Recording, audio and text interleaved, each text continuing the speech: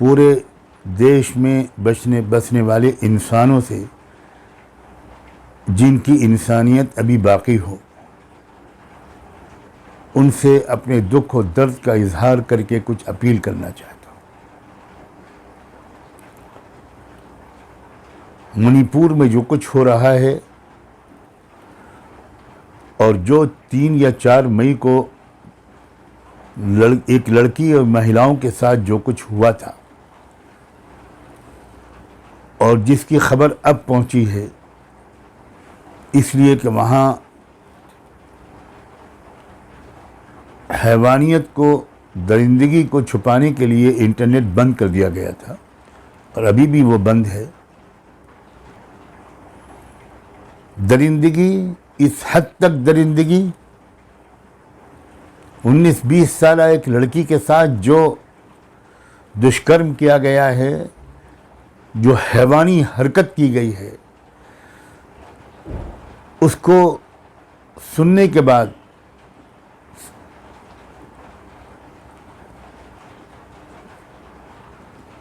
मैं बता नहीं सकता कि मुझ पर क्या गुजरी है और मुझ पर क्या।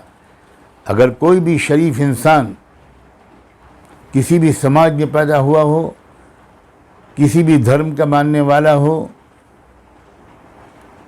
किसी भी कास्ट में हो, उसका सर शर्म से झुक जाएगा और उसका दिल गुस्से से भर जाएगा।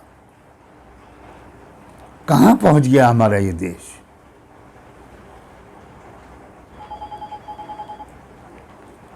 क्या सूरत हाल बन गई है?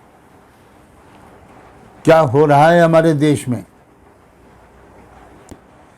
यह है स्टेटस और मुकाम और औरतों का।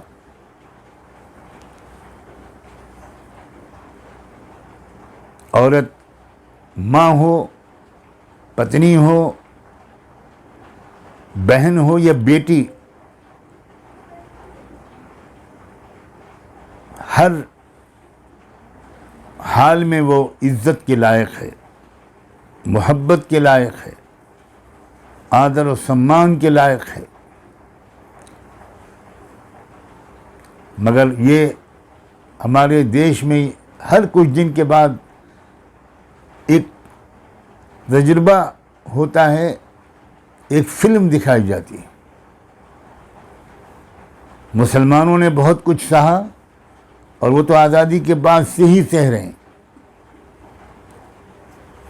मुस्लिम महिलाओं की जो हालत हुई है, एक बिल्किस बानो का केस उसकी मिसाल के लिए काफ़ी है।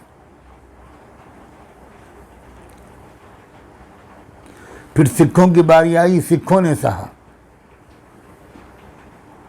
और अब क्रिश्चियंस की बारी है, अब ईसाइयों की बारी है। काश कि मुझे ये न बोलना पड़ता। ये जो मारे गए लोग, जिनकी इज्जतें लूटी गईं, जिनके घर जलाए गए, जो चर्च जलाए जा रहे हैं, 2 दिन में मणिपुर में 2 दिन में 296 चर्च जलाए गए हैं। ये 2 दिन की रिपोर्ट है और ये मैं नहीं कह रहा हूं, ये केरला के फादर का बयान है, फादर जैकब। मेरे पास अल्फाज नहीं है, रियली मेरे पास अल्फाज नहीं है। मैं मुनासिब शब्दों को ढूंढ ही नहीं पा रहा हूं कि मैं किस तरह अपने रिएक्शन का, अपने दर्द का, अपने दुख का, अपने गुस्से का, अपनी शर्मिंदगी का इजहार करूं। ये किस देश में हम लोग रह रहे हैं? इस देश में औरत का मुकाम क्या है? इंसान का मुकाम क्या है? क्या यहाँ सिर्फ जानवर रहेंगे? इंसानों को नहीं रहने दिया जाएगा? लोग हुकूमत की खामोशी का रोना रो रहे हैं और मुझे हुकूमत की खामोशी पर रोना, रोने वालों पर रोना आ रहा है। जो ये सब करवा रहे हैं, आप उनसे क्या उम्मीद कर रहे हैं? वो जब तक उनका टारगेट हासिल नहीं हो जाएगा, जब तक वो खामोश ही रहेंगे। और अब तक का उनका कैरेक्टर बिल्कुल यही है। और इससे एक बात तो साफ साबित हो गई, मेरे देश के लोगों, खुदा के लिए सुनो, ईश्वर के वास्ते इसको सुनो। ये मत समझो कि इसको एक मुसलमान कह रहा है, ये सोचकर सुनो कि इसको एक देशवासी, एक भारतीय, एक हिंदुस्तानी, एक इंडियन कह रहा है, एक इंसान कह रहा है। ये ट्रेलर है, इससे अंदाज़ा करो कि जिस तरह का राष्ट्र ये लोग बनाने जा रहे हैं, बनाना चाहते हैं, वो कैसा होगा।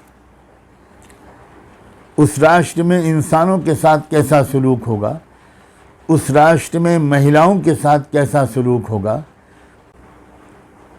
मैं आपसे अपील करूंगा कि आप अपनी खामोशी तोड़िए। आप इसको पॉलिटिकल मसला मत समझिए, आप इसको एक इंसानी मसला समझिए और इंसानी मसला समझकर इसके खिलाफ आवाज़ उठाइए।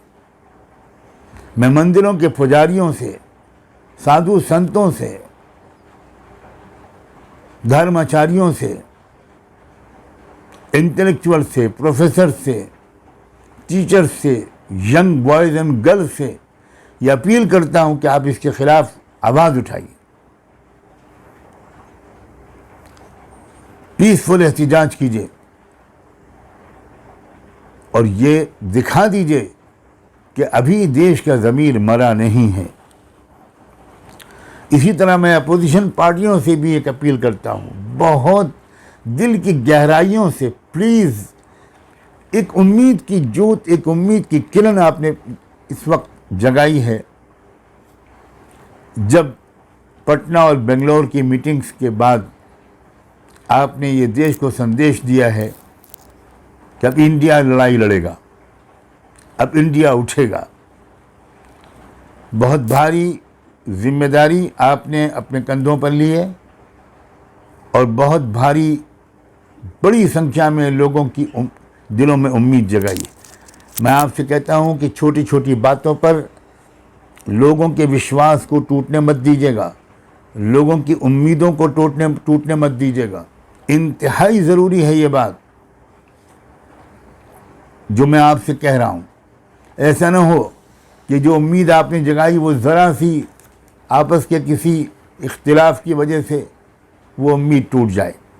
ये है, काश कि मेरा ये पैगाम किसी तरह मणिपुर के लोगों तक पहुँचे, उस परिवार तक पहुँचे जिसके लोग मर्द मार दिए गए, जिसके पुरुष मार दिए गए, जिसकी महिलाओं के साथ जो किया गया है, जिस तरह उनकी देह को नोचा गया है, अनइमेजिनेबल। बस में होता तो मैं जाता, उड़कर जाता और उन लोगों के आंसू पोंछता और दो शब्द उनसे कह सकता। मैं उम्मीद करता हूं उन तमाम लोगों से जो मेरे इस संदेश को वायरल कर सकें, वो मेरे इस मैसेज को आम करें। बहुत बहुत शुक्रिया।